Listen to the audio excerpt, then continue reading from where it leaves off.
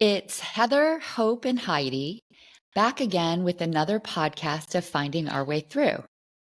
First, we want to say hello, hello, hello to all of our fellow Finding Our Way Throughers. If you've liked what you're listening to on the podcast, we'd love you to help us continue building our listening community by sharing the podcast. You can tell your friends and family to find us and follow us on Apple and Spotify. Just look for Finding Our Way Through. And on YouTube, the handle is at Finding Our Way Through. Well, thanks for joining us today as you tune in to part 2 of our discussion on loss. In our last episode, we focused on the loss of a father, and today we're going to be focusing on the loss of a mother. But before we get going, there was a question that one of our listeners asked us recently, and so we wanted to take a moment to respond to it.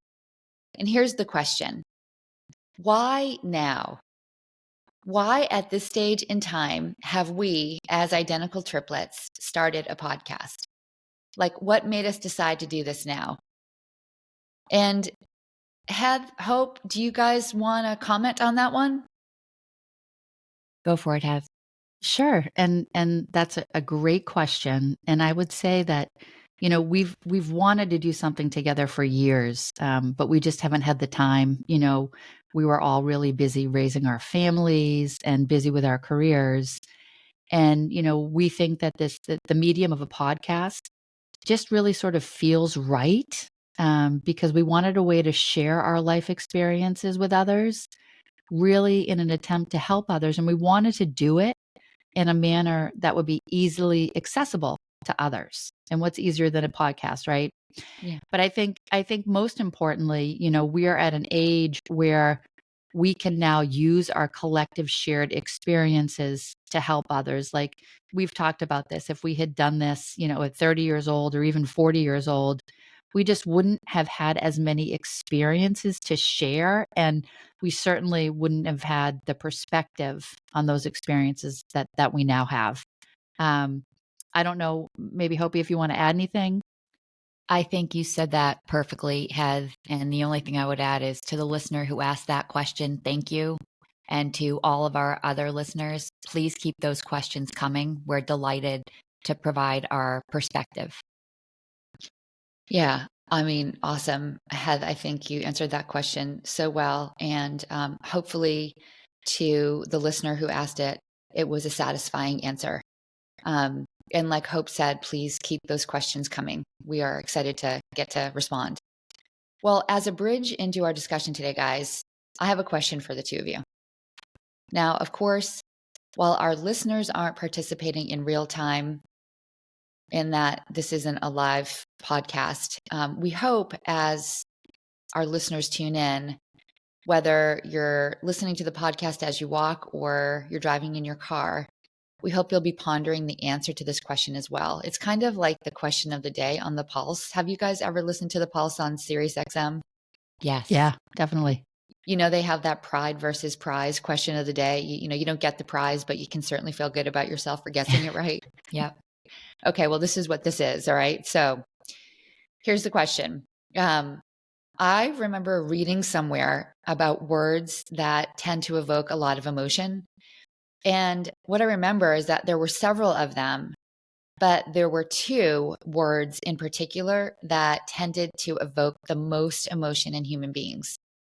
Now, whether that's entirely true or not, I'm not actually sure, but it did make sense to me when I realized what those 2 words were.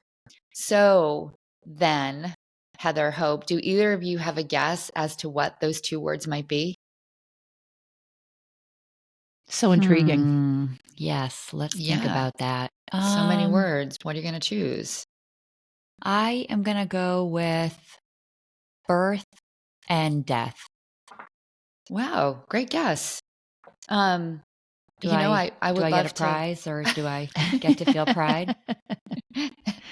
I wish I could say yes to both, but you get a A+ for your attempt at trying. Those aren't the particular words I was looking for, but Heath, what about you? You got a guess?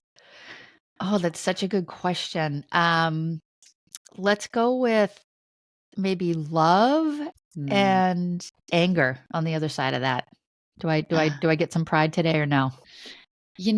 I'll give you guys pride just for participating in this with me. Thank Thank you. you. Thank you for your That willingness to means go a lot. along with this. Yes. Love and anger definitely absolutely evoke emotion, lots of it, but those aren't the words I'm actually looking for. Here they are. One is mom or mother, Mhm. and the other one is home. Oh, I love that. Me too. Wow. Yeah. I mean, just based on your response, I think you both can see why they might evoke so much emotion. And the thing is that they're two ideals, right? Like this idea of mom. Kurt Thompson is an MD, and he's written several books. He also has a podcast called Being Known, but he has said that we come into the world looking for someone looking for us. And of Mm. course, who do you think that it typically is? Mom. Mom. Mom. You got it. There's your pride right there. Wow. Um, All right. yeah, of course. Good job, So, girls. and we don't want to discriminate between mom or dad because obviously dads are essential to child rearing, but it's mom who carries baby and births baby and feeds baby, as the two of you both know from personal experience. Mhm. And really, from more of a traditional gender role perspective, tends to be considered primary caregiver, right? Mom tends to be.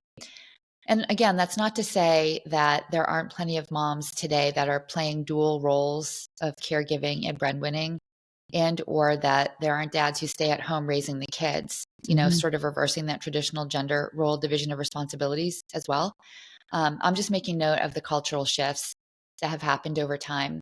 But even though those shifts are real and dads seem to be a lot more involved in the rearing of children today than dads have ever been at any other point in time in our cultural history, there is just something so powerful about the word mom and what mom represents. She's that person that we initially bond and attach to, that person that we take in, or it's internalizing is what it's called. It's that image of mom that becomes a sort of representation of what we come to believe about the world. So, if mom is there to care for us and meet our needs, then the world tends to be experienced as safe and people tend to be experienced as trustworthy. And if the reverse is true, that mom isn't safe, that perhaps she's neglectful or abusive, children are going to have a harder time believing the world is safe and that others are safe and trustworthy as well. And so that's mom. The next word that evokes a lot of emotion is home. And of course, I could say the same thing about that, right? Mhm. Again, it's this ideal, the idea of what home should be like. It's that place where we grow up, that place where we experience family and where we learn family values, the place where memories are created. In that sense, we're a lot like Dorothy in The Wizard of Oz. Do you guys remember what she says at the end of the movie? I want to I go want to go home. home. I want to go home after being away from home. So, yeah, I think that there's a yearning we all feel for home. Again, I want to note that home can also evoke adverse emotion too, not the feel good stuff. Yeah. Home Yeah. might be a place where people never want to return to, in that it may have been a pretty awful place where instead of relationships being safe, predictable, nurturing, they were instead dangerous and destructive. And of course, unfortunately, we know that there are way too many of those types of homes that exist today. But I do think the longing for home is universal. Frederick Buechner, I think I'm pronouncing his last name right.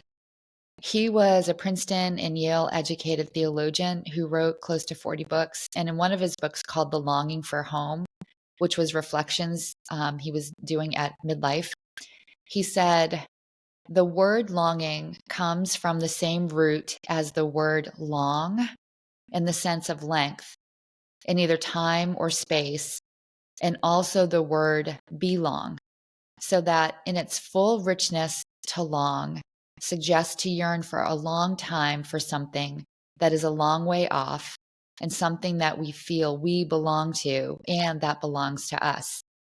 He says the longing for home is so universal a form of longing that there's even a special word for it, which of course we know is the word homesickness. Mm-hmm. I love So, that. Yeah. yeah, it is beautiful. So mom and home, and if they evoke immense emotion, right? Then it seems like the loss of these two ideals would do the same.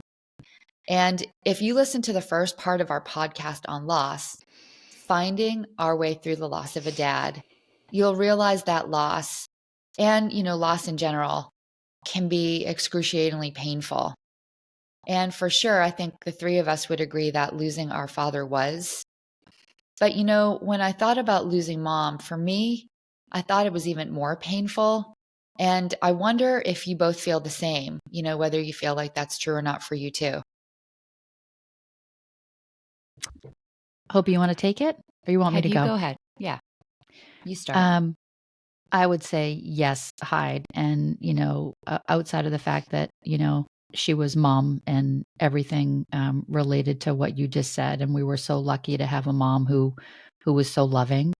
But I think part of it for me was the fact that, dad died when we were 13, and mom died when we were 22. So effectively, we had mom for 9 more years. And we got to know her and develop more of an adult relationship with her. Mm. So it was a little bit of a different experience versus the time that we had with dad. I don't know if you would agree, Hope. Yeah, I agree. I think, and again, not to take away from the pain of losing dad, but the pain of losing mom just felt different. I think, in those 9 years between when dad passed and when mom died, I think when one parent dies, you naturally, I know this happened for me, my attachment to mom, I think became um, a little bit more important. Mhm. And out of fear, like losing a father, I became fearful and worried, and I didn't want to feel as though my relationship with mom was going to be in any way, shape, or form taken away. And so, as we know, it was taken away when we were 22. She passed, but I think that time in between when dad passed and mom passed, it gave us an ability to bond a little bit more with mom, even though when we were, younger, I'm not sure, given the time period, I felt super close, but I most certainly did my best to get closer to mom in the time between when dad died and mom died. And it was hard. It was harder. It was harder for sure. And I also think, being women, that mother daughter relationship is one that, can be very solid and super important. And so to lose that at the age of 22, I think was and continues to be a really sad occurrence. Yeah. I mean, I think what you say is really important, that mother daughter bond, right? I mean, she's the woman ideally who we want to grow up to be like. And so, she was that safe base, that safe place growing up. Of course, the ideal of mom, right? Yeah. So to lose that at such a young age is pretty devastating. Um, well, that's great that we're all in agreement. Yeah.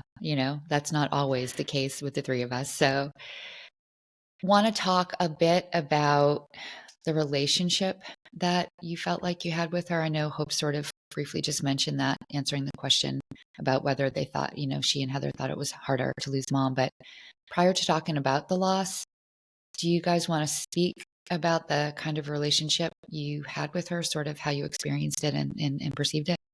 Hope you want to start maybe? Yeah, sure. I mean, I think, you know, again, it was a different time. I think when I think back on mom and dad, I think back on mom and dad very fondly.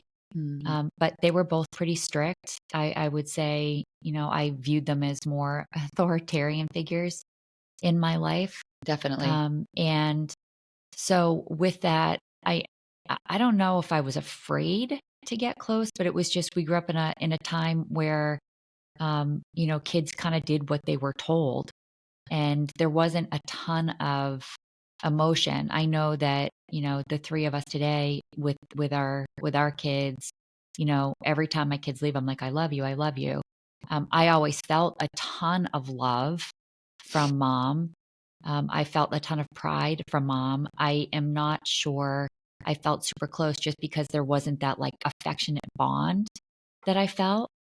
Um, and so, I think as a younger kid, um, I felt like it was more of an authoritarian type of relationship. I think as I was getting older and trying to find my independence, um, I I felt as though mom became a little worried about me. Um, I'll give you a quick example, a quick story. You both remember when I cut my hair super short, and then in the times following that, when I would go to the hairdresser, she was a little creative, so she would do kind of kooky things with my hair. And one day she put some like red colored mousse into my short hair and kind of spiked it up a little bit. And I came home thinking like everybody was going to be like, "Wow, that's a super cool look." And Yeah. and No, believe wait, me, hold, stop, stop. believe me, it was a look. Yeah, do you We remember what remember. kind of look it was? Yes. Okay. And We remember. horrified.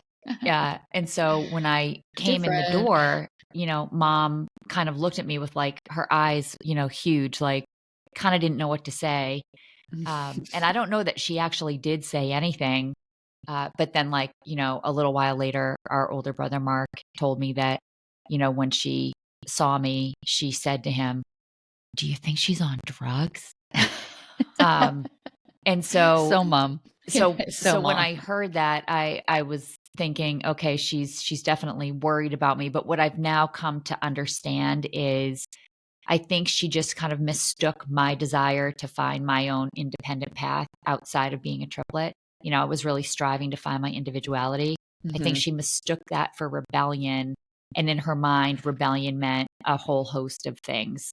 Um, there are a couple of other examples that I could give around, feeling as though she was worried and hoping I would find my way.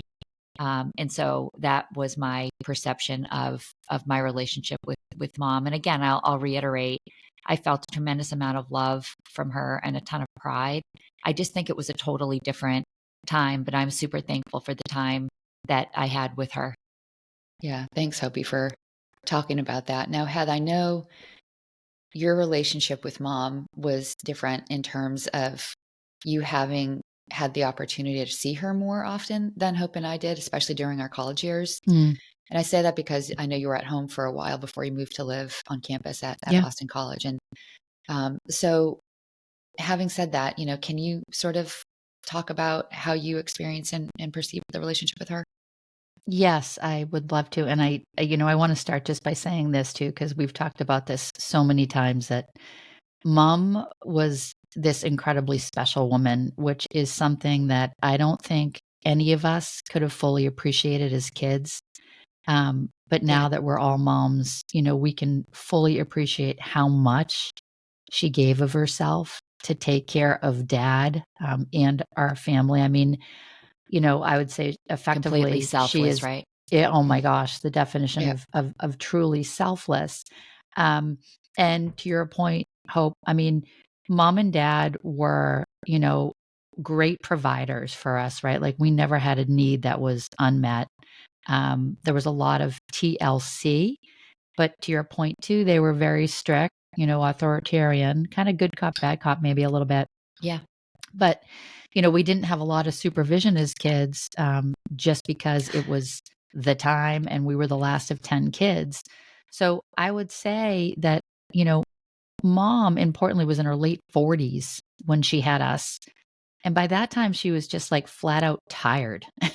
Again, and it goes to the fact that we had very loving relationships with her.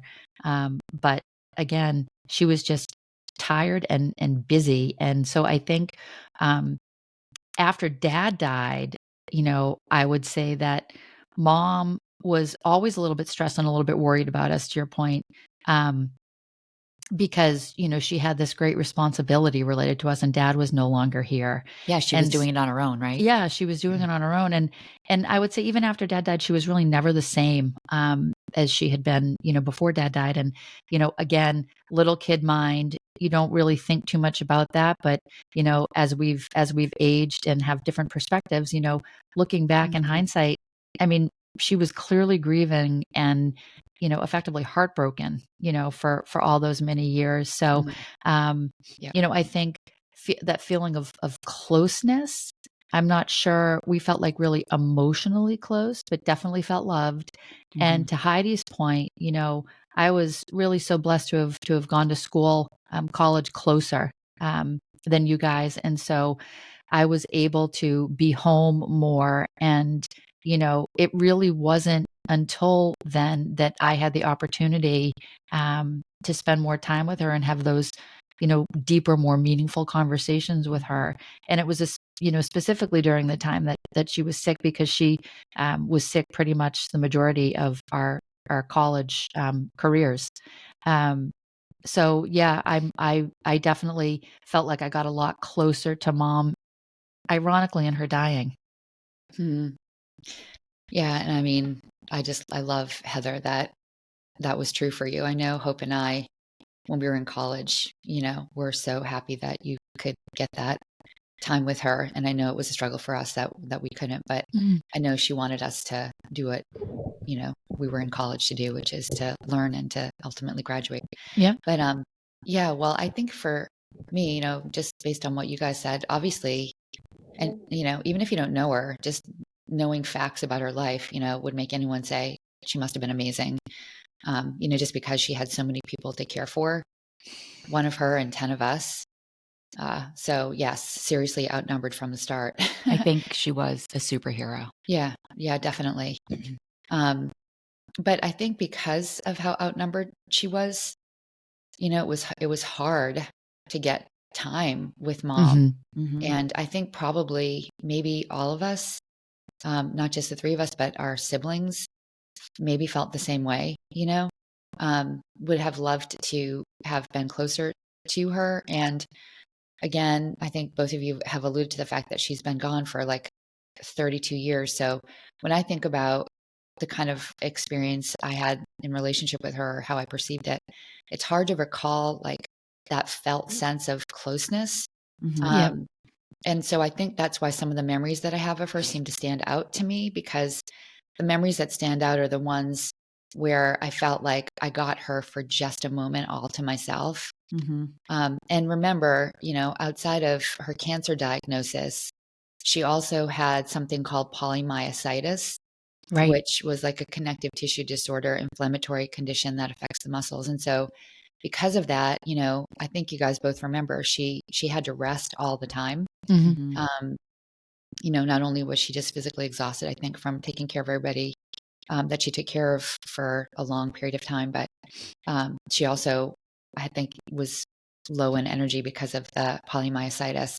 And so, because she rested often, I would just cherish times where I'd just go upstairs to her room and sit on the side of her bed and talk for a while. That just meant a lot. And again, what was tough was during that period of time, right? Teenagers, college age women, men, like you're typically moving toward your peers to figure out who you are and like kind of where you fit apart from your parents and family, as we've mentioned in earlier podcasts. And so I think moving away to college kind of made it harder to keep in touch with mom. Again, remember, this was during a period of time where there were no cell phones or internet or texting or FaceTime. So, you had to use something called a landline for all of our younger listeners there. So, I think even if we had a set time to talk to mom while we were away, it was sort of like a hit or miss, you either connected or you didn't. And Mhm. so, Yep.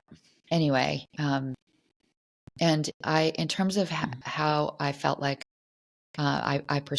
how mom perceived me or how I perceived her, I'll talk about that in just a little bit. And um, so I'm going to segue, guys, into this one particular question. Okay. Do you have a favorite memory of mom? Why don't you go ahead? Well, sure. I mean, what we were just saying, most of the memories of mom, and I'm sure you guys would agree with this, is of her cooking, cleaning, doing dishes, making beds, ironing, etc. Yep. But the thing that I do remember the most about mom is that she loved listening to us, and she loved listening to our stories. I remember sitting at the edge of her bed, telling her these stories. And she loved it when we told her stories and spoke in our English accents. Do you Hello. guys remember that? You don't say. Yes, I remember. I remember Right. too. Yeah, that's right. We get a cup of tea together, meet her at the Abbey. What I remember is talking in our English accents and you and Heidi laughing at me. Well, because they'd always change into some other language. Probably. And My then, English and accent then wasn't too good. and then when we would stop, mom would say, "Oh, no, no, honey, please don't stop. I love it when you talk in your English accent." So that tea is a parties at memory 4. that I will, have So funny. forever. And when we talk in our English accents, I always remember mom. So funny. It is so funny.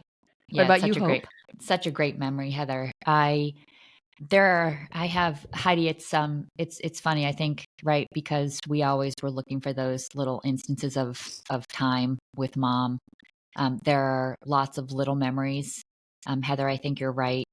Thinking about her doing the dishes, always in the kitchen cooking, making sure we were taken care of. Her making our favorite little fig squares for us. Oh, those were so good. They were So so good. good. But I think, I could tell a lot of different memories, but the one that really stands out in my mind, I think because of the time in life that I'm in, right? The three of us either have kids that have already graduated from college, are in college, and or are about to go to college. And I know how emotional it can be when you have a child home and then they leave. And so the memory that I'll share is that anytime we were getting ready to go back to school, when we had been home for a period and we were getting ready to leave again, I'd always be looking for mom to say goodbye. And rest assured, Mm. she would always be in our basement pretending to do laundry. The So for dungeon. our listeners, yeah, the dungeon. For our listeners, our washer and our dryer were in our basement and they were not next to each other. So the washer was probably, I don't know, a good 20 feet from our dryer. So once like the heavy clothes were washed, you had to like find a way to carry them in a basket over to the dryer. And then we had this table near the dryer where all of the folded clothes would be. I think the three of us probably got ready for school every morning in front of in that the basement. in front of that table in the basement with all the clean clothes. But the memory is she would always pretend to be doing laundry when we were getting ready to leave for school, and it was really because she was feeling emotional, Yeah. and she would have tears in her eyes, and she was trying to hide from us. So she'd disappear into the basement so that we didn't have to see her crying. And sure enough, we would go down and make sure we said goodbye and I love you, and we give her a hug and a kiss.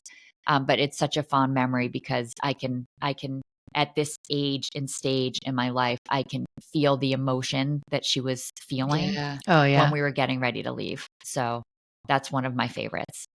So hard to let go. That's a sentimental one. And yeah, goodbyes are always so hard, aren't they? Yes. Well, What about you, Hyde? like one of my favorite memories is, of course, her sweet tooth, Yeah. Oh, God, yeah. Who can forget the sweet tooth mom had, right? It seemed like every night she'd say, "Honey, do you think you could get me some ice cream?" Yeah. Or, whatever sweet it was that we had on hand. I just always thought it was so cute. But a more meaningful one, I think, was there was a time when I called her from college. I think it was sophomore year. She had just been diagnosed not that long before I called. And I was taking this class called the Microbiology of Cancer. It was one of the Oh, yeah, I most remember popular. that. Yeah, it was like one of the most popular courses at UMass at that time.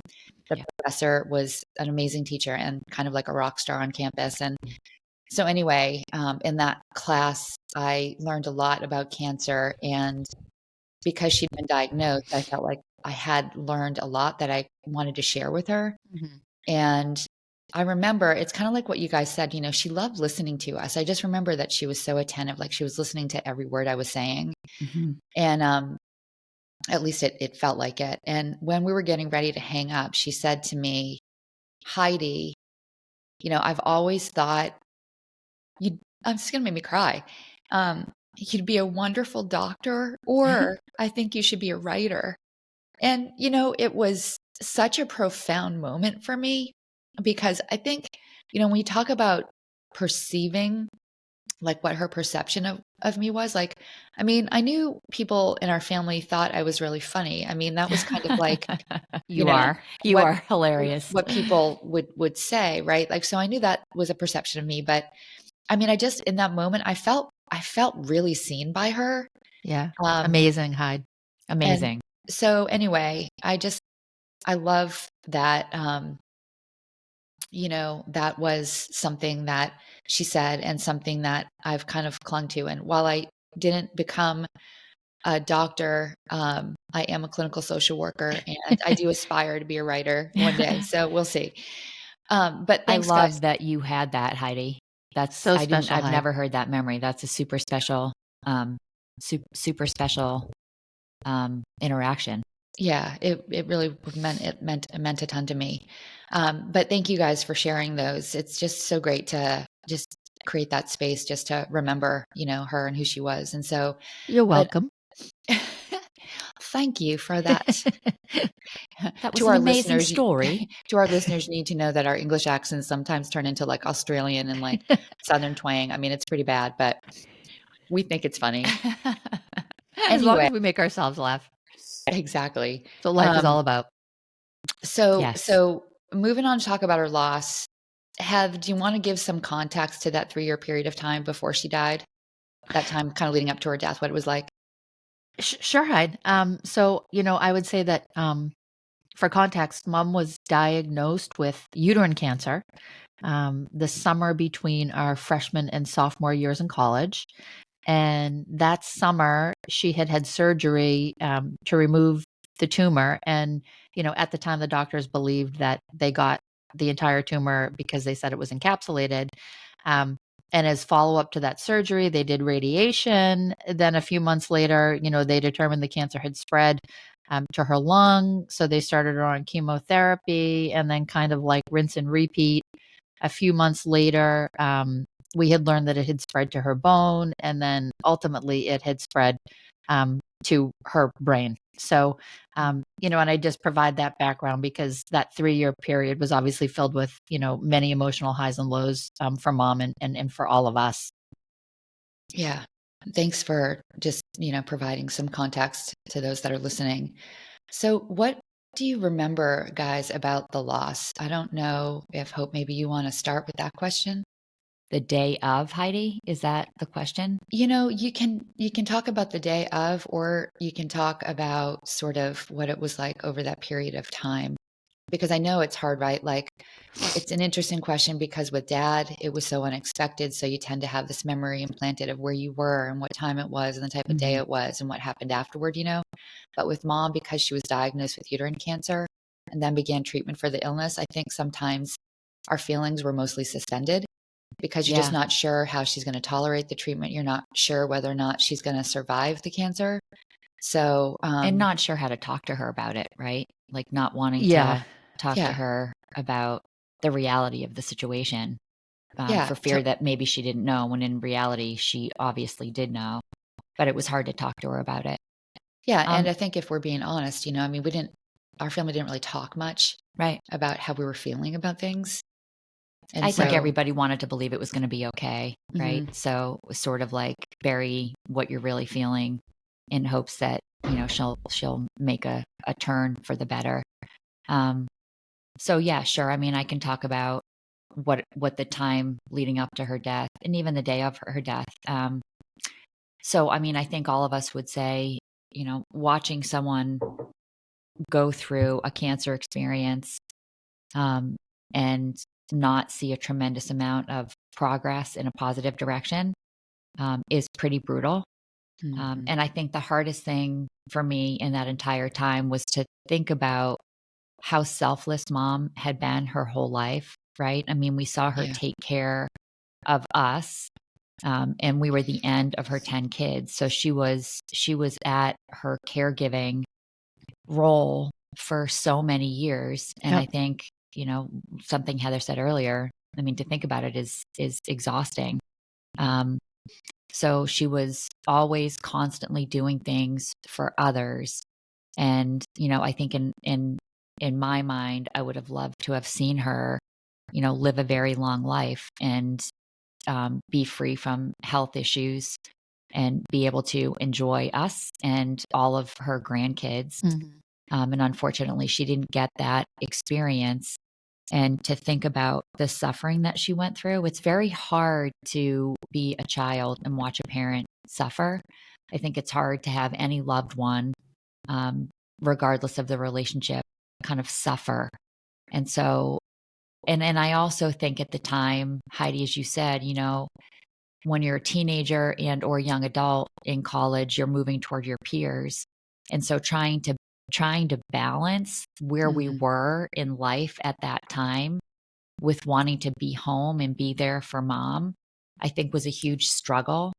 If I think about my own experience, I just remember feeling bad if I was leaving college for a weekend to go home to see mom, but then was so thankful when I was there to see mom, and vice versa. Like it was just trying to balance time with friends, and do what mom would have wanted us to be doing with the emotional need to see her and make sure she was okay. And I think, we were lucky in that, mom had some of our older siblings around to help and really care for her.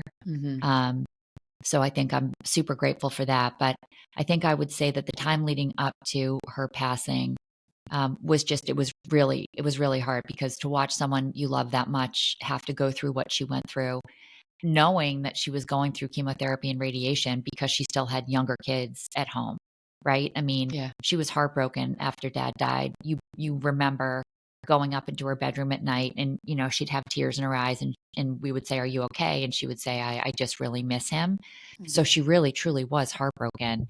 And so I think she went through the treatment, the routine kind of cancer treatment, because she had younger kids at home and she was sort of doing it for us. And so to see her have to go through that and try to balance everything else that we were trying to deal with at the time, was super hard. So I'll pause there and let you guys talk about it, and then we can talk about sort of, the day that she passed. Heather, what about you? Yeah, I mean, like you guys both said, I mean, that period of time was filled with so many emotional, highs and lows, again, for mom and for all of us. And, I think at points, we were filled with hope. At other points, we were filled with despair. And all along the way, as Hope said, we were trying to be uplifting for mom, and not really having the tools to have those conversations about, possibly her sickness, ending in death. But, again, to your point, through it all, the hardest stuff, right, is the fact that we witnessed her pain. Yeah. Her sickness and her suffering. And it's incredibly hard to watch. And, even though we were young, I think we could process her pain and suffering. But, you feel really helpless because you don't really feel like there's anything you can do, other than be home for visits or help with chores or go food shopping or help do laundry or clean the house. And again, we talked about this already, but I was closer in proximity because of my college choice was Boston College. And so I was closer to home, and I had the Monty, RIP, best car ever.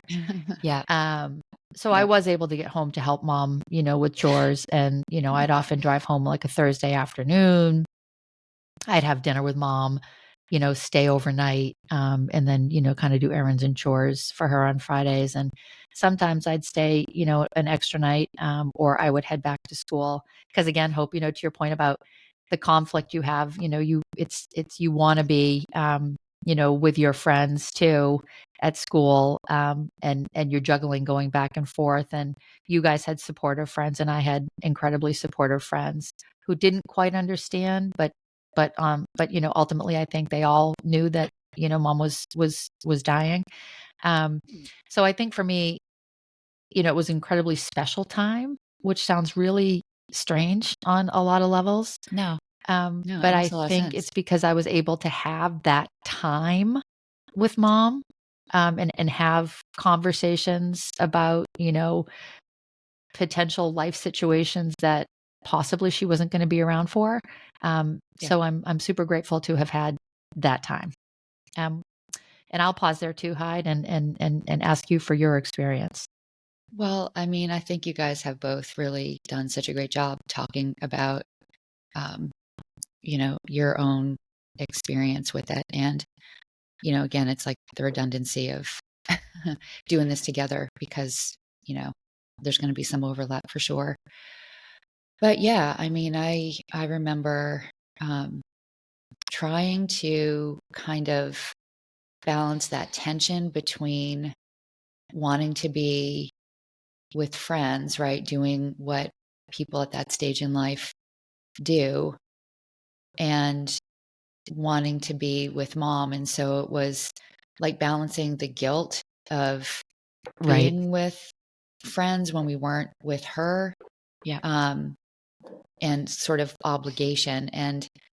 But it wasn't like, I felt like obligation was hard. I wanted to be with her because again, we just didn't know How much time? what the outcome of the cancer was going to be, how much time she had with us.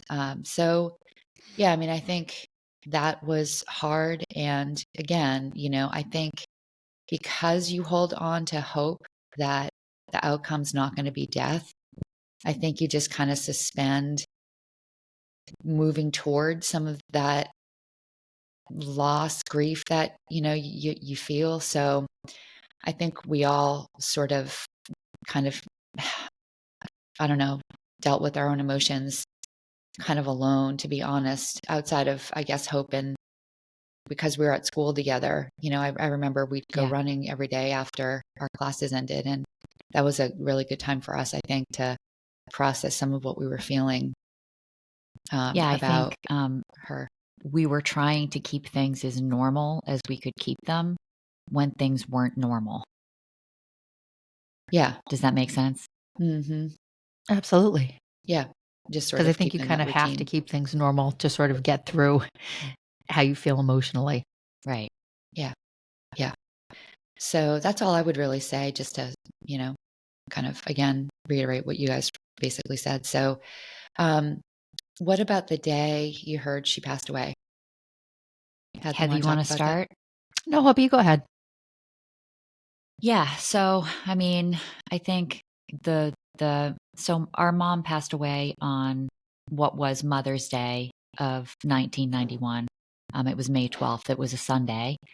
And the weekend, I guess the Saturday before, most of our siblings um, had been in or around her hospital room. She was in a rehab facility, and most of our siblings had been there, if not all of our siblings.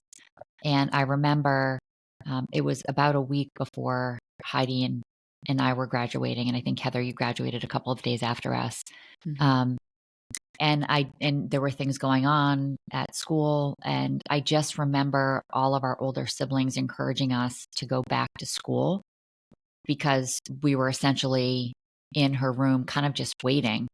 We knew that she did not have much time left, and so I think reluctantly, Heidi, you and I decided to drive back to UMass. Um, I remember, I don't know if you remember this, Heidi. I remember being in the car and I remember the two of us saying, "This is so weird.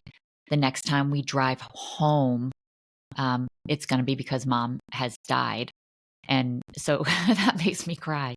Um, so we ended up going back. We did go back, and then it was Sunday morning. It was really early, and I was in my room. The telephone in our apartment was like right behind my bedroom.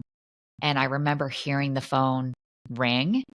The phone was ringing, and I do remember I just was laying in my bed and I knew the phone was for me. I innately just knew it was for me. And I was like, I'm not going to answer the phone because I know what the phone call is going to be. Mm-hmm. And one of our roommates, Christine, said, she knocked on my door and said, Hope, the phone is for you. And I picked up the phone, and one of our older siblings, I think it was Steph. I sort of have asked We're trying to get everybody. confirmation. Yeah.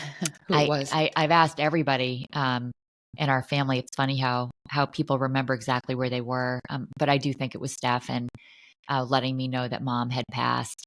Um, and I just remember like just this sinking feeling in my stomach, because I think you do feel helpless in the time leading up to a loved one passing. Yeah. But it's also it's a really weird time of feeling like you're sort of waiting because you know what the inevitable is. And so you kind of spend this time waiting, knowing what the outcome is going to be. It's a very strange, hard feeling to deal with. Kind of surreal. Surreal. Yeah. Yeah. And I know for those of our, our listeners who have experienced it, they get what you're describing. Yeah. So that's what happened. That's where I was when I learned that mom had died. Heath, what about you? Yeah. So I had finished all of my classes and I had finished my finals.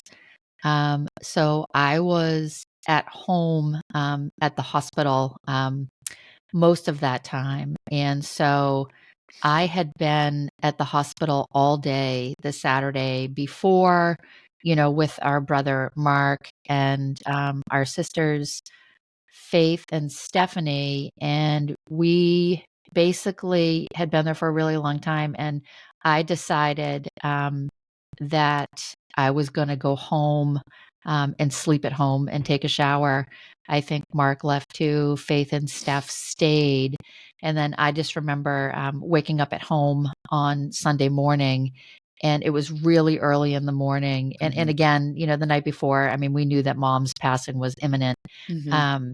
And I picked up the phone and Steph said, I just want to let you know mom passed. And then I think right at that point, I probably called Matt to have a conversation with him quickly about it too. But yeah, I was at home. I had just woken up to the phone as you had, Hope, and received the news. What about you, Hyde? Yeah, well, Hope and I lived in the same apartment our senior year in college with a bunch of girls. And Hope mentioned she got a phone call from one of her older siblings. I had spent the night at a friend's house. And so I got a call from Hope telling me that mom had passed away. And so I just remember coming back to, my apartment, seeing Hope, giving her a hug. Our roommates were all there. We gave them hugs. And then Hope and I packed up our stuff, got in the car and drove home. Kind of referencing what she just said. It was a strange thing when we left the hospital, knowing that the next time we'd be back in the car would be because she passed away. And so we found ourselves exactly in that place. And I think what I remember about the car ride home is just we cried the whole way back. It's about 2.5 hour drive. So yeah, it's like, we knew her death was imminent, but you always hope that imminence means like years and years and not months, weeks, or days, Right. But that is what I remember about that day. And so, yeah, it just was so surreal. That thing, you're sort of going to have to confront at some point in time. And now you're in the middle of confronting it. And yeah, it's just it was a hard hit for sure. But the next question, guys, is so, how have you found yourself navigating life without a mom, right? Just sort of the long-term and short-term impact of her death. As we talk about finding our way through, like how we kind of found our way through navigating life without her. Who Heidi, you wants want to to keep start? going? Yeah. Thank you. So I would say that, obviously mom's loss was sad and really painful. But at the same time, as we all talked about, we had watched her suffer for this prolonged period of time. So I think I was also thankful that in death, she was no longer suffering. Yeah, for sure. Definitely. And, it's what you guys had said, like during that time, we were all busy in college with work, trying to help mom. So didn't have time to really process everything I was feeling. So it was really at that time that I saw a therapist to help process those feelings and it helped me accept the fact that she was dying. And I referenced this on our last podcast too, that it was also at that time that I think, or I believe that I was finally able to grieve dad's death, 9 years later, believe it or not. And I think longer term for me, the obvious stuff is missing mom during life's big moments. We talked about this with dad too, graduation, weddings, births, etc. Um, and it's not like, you walk around carrying a grief sack, to quote one of Hope's terms from last week's podcast as well. But I do think about mom all the time because there are so many instances when you just want to pick up the phone and call her. And for me, it's really that longing feeling high, which is so perfect that you referenced it, in the beginning of this podcast. So you have this longing that you have. And I think it gets even harder, believe it or not, after you have your own family and kids.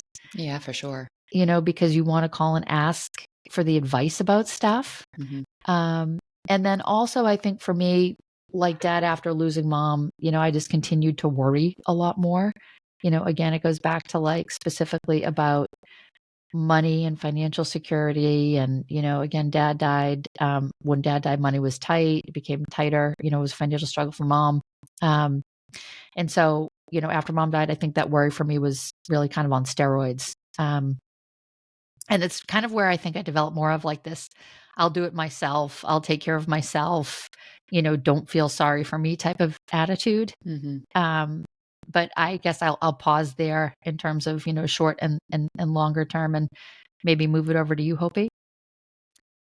Yeah, sure. Thank you. I appreciate you sharing that. I would say to Heather's point, coming to terms with um, seeing mom, experience pain was really hard, and sort of dealing with or processing that thereafter, I think is equally hard. I also think that at the time that mom passed, we were surrounded by a large family. And I think we had people, especially our brother Mark, who was worried and always trying to make sure we were occupied. Right. And I think when someone is sick, there's this, we came together as a unit because we're all working to make sure that mom is okay. And then all of a sudden, mom isn't here.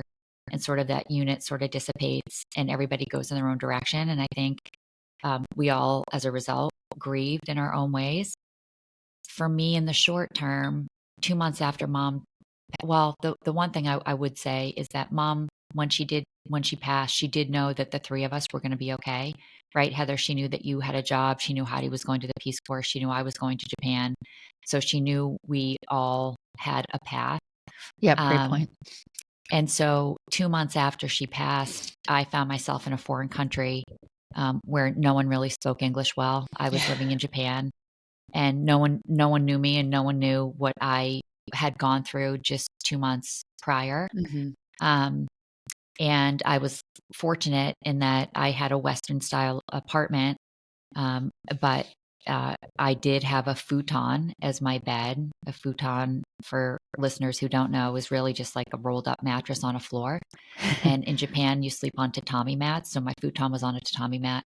And I just remember every single night. So I would go and I would teach school during the day, and I would come home and make my rice in my little rice cooker.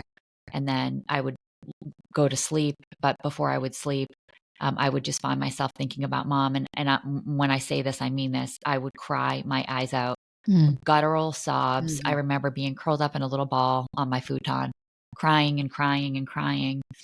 And then 3 months into it, I just remember saying to myself, wow, okay, mom would not want you to be doing this. You're here, you're having an amazing experience in a foreign country. She would want you to be enjoying every second of it. Right. And I think when I finally reconciled that in my mind, I sort of turned a corner. My grief was still pretty severe, but I started to realize, okay, you are in this country and you should be experiencing a lot of things. And I did start to enjoy myself a little bit more. I was also super lucky. I had an angel placed in my life, and a woman named Kazuko Tanaka, who I am in strong contact with today. She was a student of mine. I taught English to some adults in the town that I lived in. And she was a student and she took me under her wing and she took such good care of me and created such a bond and treated me like her daughter. And she knew what I was going through because she had lost her parents as well. And she was just there for me no matter what I needed and made my grieving a lot lighter. So in the short term, I really experienced a lot of sadness and a lot of tears until I realized, okay, Hope, mom doesn't want this for you. In the long term, like Heather said, there's not a day that goes by that I don't miss her. Yeah, definitely. We're such criers. It's good. So Not afraid of emotion. Yeah, it's hard to lose your mom for the little things.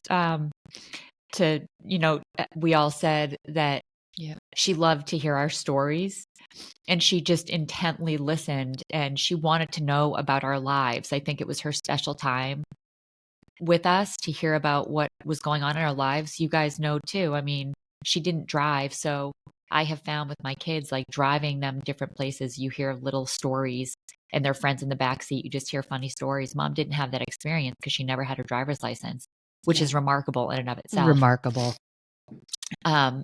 So I think it's those times where I want to call and share something.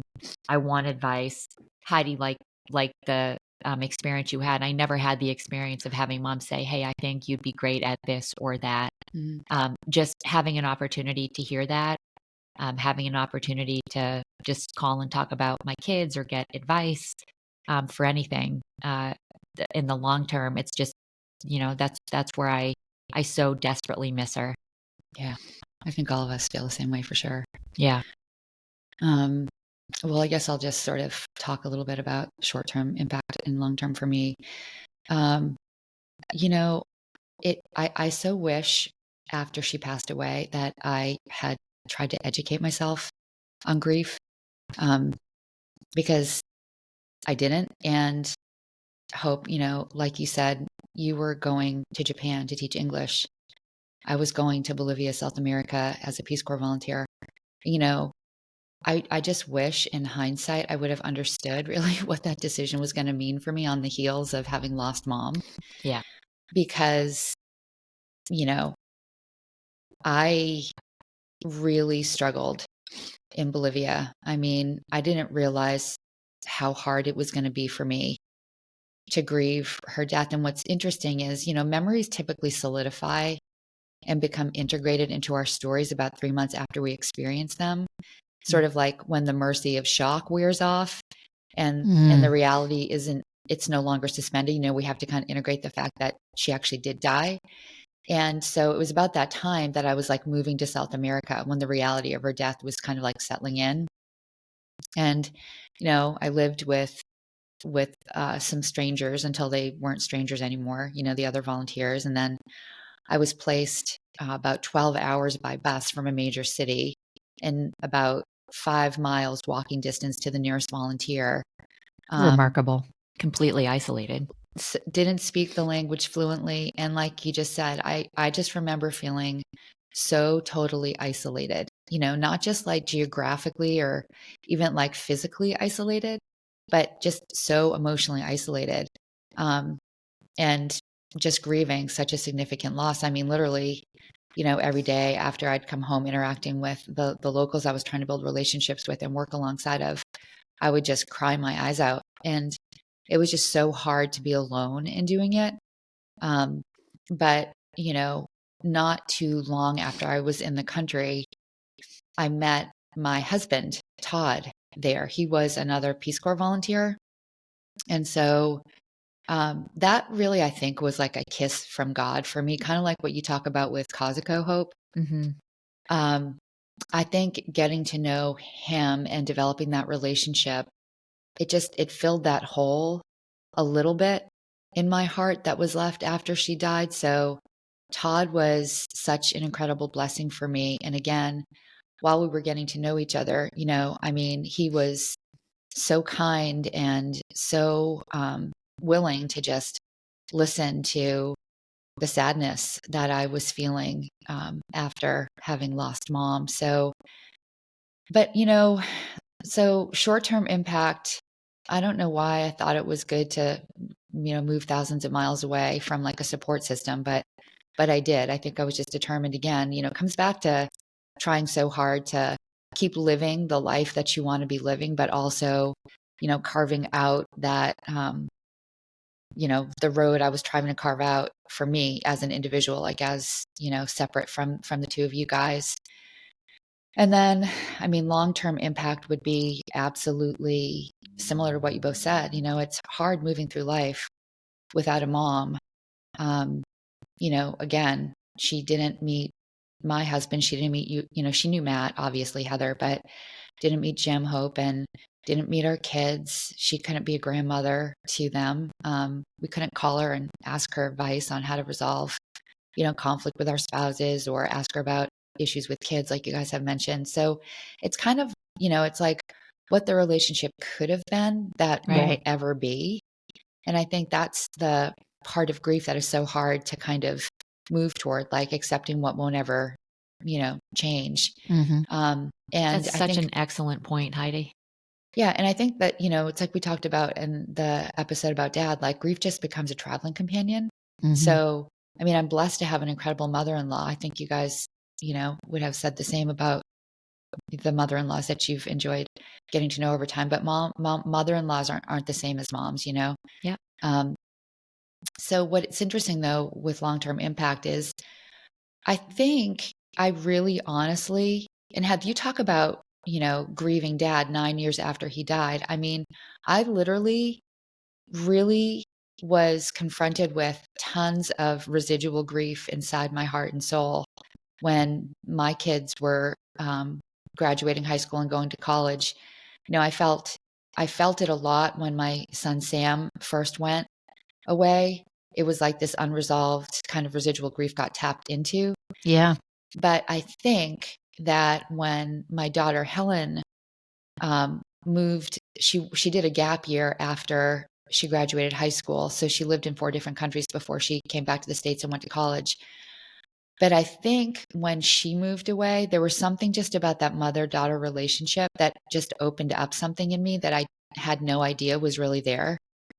And while I feel like I made space to cry, to, feel whatever I was feeling after mom died, I don't know if I really processed it the way that I needed to. And I think I just kept busy moving from one thing to another. Like I came back from the Peace Corps, I got married, we moved to North Carolina, started working, moved to New Jersey. It was just like, had kids, built a family. I don't want to say I was running away from it, but I think I was just good at not really, I don't know, trying to move toward it, if you will. And Mhm. so, yeah, I guess when the kids left for school, I got sucker punched with grief, I think. And anyway, Well, I think Heidi goes to the thing that we all now fully understand is that grief shows up, as many different emotions at various stages in life, yep, right? definitely. Absolutely. Yeah. Yeah, it does so much. And so I appreciate that comment. And I know, we talked about the short term and long term impact. Do you guys like talk a little bit more about, how you found your way through before we talk about helping others find their way through grief? Heather, I know you mentioned you went to therapy. Were there other things that have been helpful with you guys in terms of finding your way through it? Go ahead, Head. Yeah, I definitely think that, I found my way through it with therapy again. And it just gives you some tools to better understand grief and to process the loss of someone who has had such a profound impact on your life. I definitely have found my way through it, with support from both of you, our family, our siblings, our friends, and certainly, again with Matt, I know I sort of always sort of come back to that a little bit, but I think because Matt and I started dating in high school, and obviously he ultimately became my husband. We've known each other for 41 years, so we have been so fortunate to have grown up together, but really grown together. And I was so fortunate to have his parents again. Yes, they became my in-laws, but on so many levels, because I've known them for so long, they really became surrogate parents to me. And I certainly was able to have, conversations about, some of life's big milestones with them. So just so grateful and thankful to have had them in my lives for as many years as I had them in my lives. And I know I've said this to you guys a million times, but sometimes I feel with them, what God took away from us and mom and dad, he sort of gave back to me with Teresa and Albert a little bit. And they were awesome. So I think for me too, it's getting through it is just letting yourself experience the loss and the feelings that you have when you have them. Like, you guys talk about, basically bawling in Bolivia and Japan. I mean, I would sit at 52 Warren Street and, I just remember like waking up, just and bawling, because I had a dream about mom or dad and I would just literally start crying. And so again, it's just feeling those feelings and knowing that they're valid. And then I think most importantly for me, it's just establishing those support systems, which I think are so incredibly important. So I'll stop there. Hopi? Yeah. I mean, how have I found my way through? I think I'm to this day still trying to find my way through, Yeah. honestly. I don't think it's something that um, I think I'll just always carry a little bit of it with me because there are just milestones in life where selfishly I want mom there. Um, I don't think it's but selfishly. I think for me it's just preserving my memories.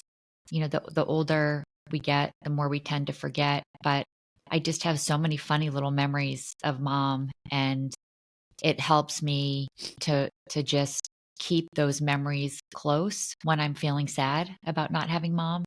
I think also telling funny stories about mom to my kids, like being able to, and even dad and just our family too, right? Like being able to share those memories with my kids helps me to sort of preserve those memories of her.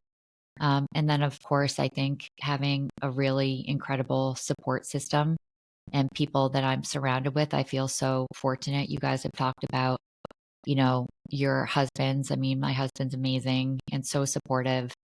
And my kids are um, so supportive and always, just say, Mom, that must have been really sad for you to lose your mom. I'm really sad for you. I'm sorry for you. But in a way, it's going to sound odd. I almost feel like me losing mom makes my kids, Henry and Maggie, feel even closer to me and like so thankful for the relationship that we have. So I think I've tried to find my way through by, connecting to those that are closest to me in my life and just kind of trying to keep those memories alive in some way, shape, or form. Mm-hmm. Um, I just think loss is just a super sad, hard thing to process and move through. But there are ways to do it that keep the memories of your loved ones alive. Yeah, I love that, what both of you guys have said. And I think for me, some of how I've found my way through, of course, I'll always refer to my relationship with God because my faith is just really Mm. important to me. Yeah. and it's been a tremendous source of comfort for me over the years. There's a passage in Second Corinthians that talks about, God comforts me in my time of need, so then I can then turn around and comfort others. And I think that there is an absolute, kind of like a post-traumatic growth that you experience, and a compassion and an empathy that's born of the kind of suffering that we've experienced, through the loss of mom over so many years. And so that's been really encouraging, to be able to sit with people who have experienced, that same kind of loss.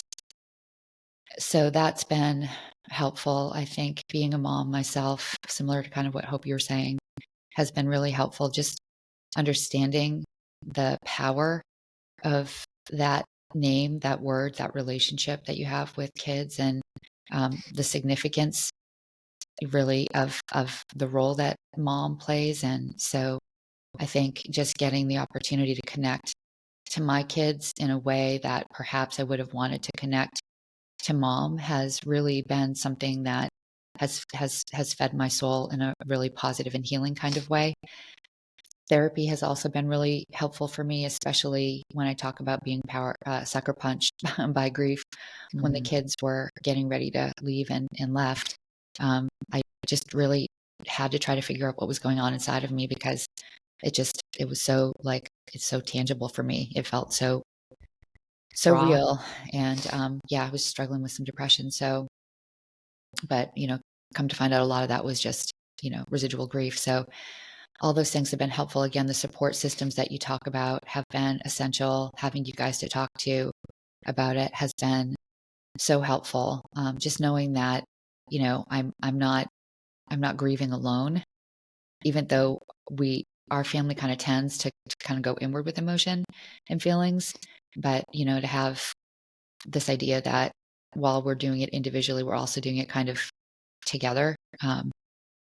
And that's the kind of paradox of grief, right? It's such an individual experience, but it's universal. Like, at some point in time, everybody's going to know what loss feels like. So anyway, those have been some of the things that have really helped me find my way through. What about you guys, helping other people find their way through the loss of a mom, or just loss in general? You have any additional comments you'd like to make?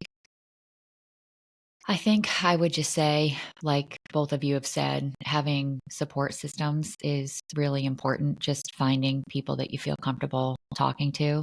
My hope is that anybody who's experiencing a loss at least has one person they can talk to about how they're feeling. The other thing that I would say is take the time to cry, take the time to feel your own pain. Um, you know, grieve in the way that you're going to grieve, but also realize that the loved one that you've lost um, doesn't want you to be spending all of this time feeling pain. And I think for me, just the example I gave of being in Japan, I again, guttural sobs every single night. So, so, so sad, until I just sort of was like, okay, wait a second. This person in my life that I've lost loved me and wanted me to experience my life to the fullest. So, to anybody who is dealing with the loss of a loved one, feel your pain, and carry that person with you to try to find your way through. Thanks, Sophie. What about you? Yeah, Hopi, that was beautiful. And, I couldn't agree more. It's exactly that, right? Let yourself experience the pain, no matter how long it takes, and how many forms it takes, and know that what you're feeling is valid. And, again, it's establishing those support systems, friends, family, support groups, spouses, children, etc. I think, Hope, one of your points earlier was about sharing memories. And, the best thing is, sharing those funny memories of your mom or dad, or your loved one, with friends and family, because it keeps their memory alive. And then I would just say, there's also an option of doing something in your loved one's memory, to honor them. I think that might be a nice way for folks to remember and keep memories alive. But Hyde, anything to add to that?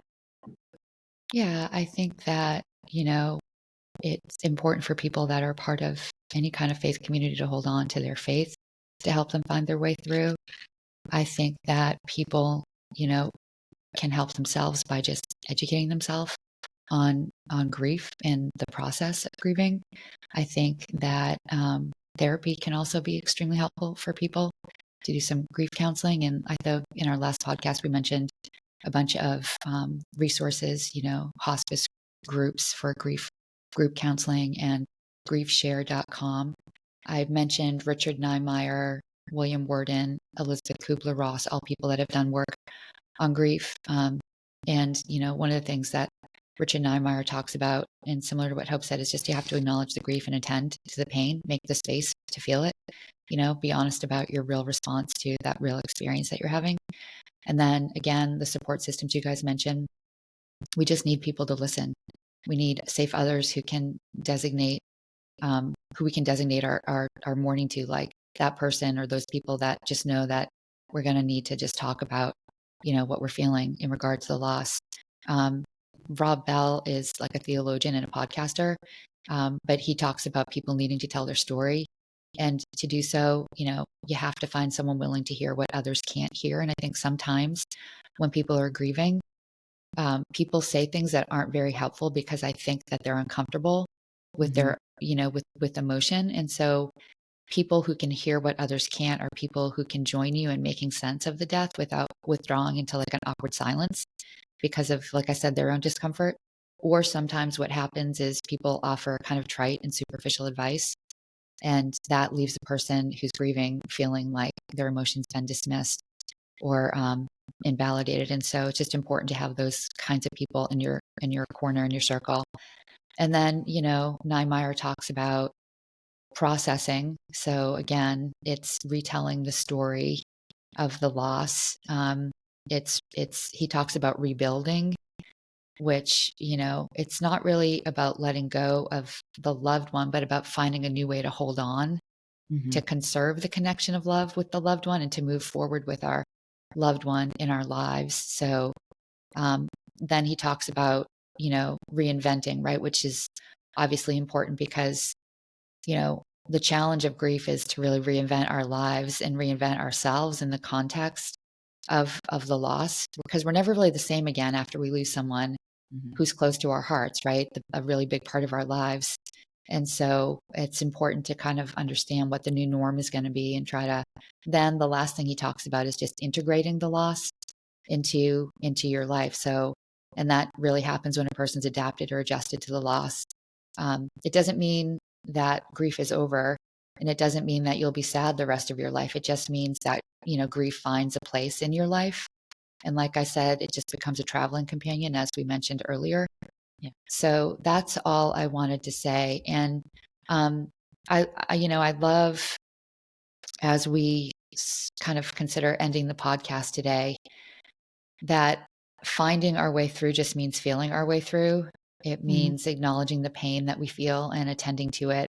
It means having safe others who can listen and compassionately come alongside of us, that can anchor us in that new reality and join us in that journey that we talk about grief is. It means we process our grief over time by simultaneously retelling our story, rebuilding our lives, and reinventing ourselves in the process. And again, finding our way through means letting grief find a space in our lives. And guys, I wanted to just share that there's a passage from a book called Tuesdays with Maury. Yeah, It's a great book book. about Great the book. impact. Yeah, and I think we all read Oh, it's it. amazing. Yeah. Oh, yeah. But it's about the impact that a professor named Maury Schwartz has on his student. Mitch Album is his name. And it's this exchange on death and dying between the two of them, because Maury's dying of ALS when the exchange takes place. And I think maybe the exchange is an older Maury attempting to provide the younger Mitch with something to hold on to. It's like a way of giving Mitch a way to find his way through when his friend and mentor eventually die. And the passage goes like this. It says, he, meaning Maury, asked to see the hibiscus plant on the ledge behind him.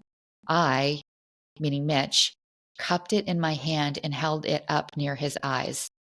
He smiled and said, Mitch, it's natural to die. the fact that we make such a big hullabaloo over it is all because we don't see ourselves as part of nature. We think we're human because we're something above nature. And then he smiled at the plant and he said, we're not. Everything that gets born dies. And then he looked at me and he said to me, meaning Mitch, do you accept that? And Mitch says, yes. Then Maury says, all right. He whispered, now here's the payoff. Here is how we are different from these wonderful plants and animals. As long as we can love each other and remember the feeling of love we had, we can die without ever really going away. It's amazing. All the love you created is still there. All the memories are still there. You live in the hearts of everyone you've touched and nurtured while you were here. Mm-hmm. He said, death ends a life, Mitch. It doesn't end a relationship. That's really beautiful. So beautiful. So that's how I was hoping to end the podcast today. But do you guys want to add anything before we get going? Nope. I would say, please find us at Finding Our Way Through on all the podcast platforms, Apple, Spotify, YouTube. Please like us, follow us, and tell your friends about us. Having said that, I would tell our listeners, you got this. You got this. You got this.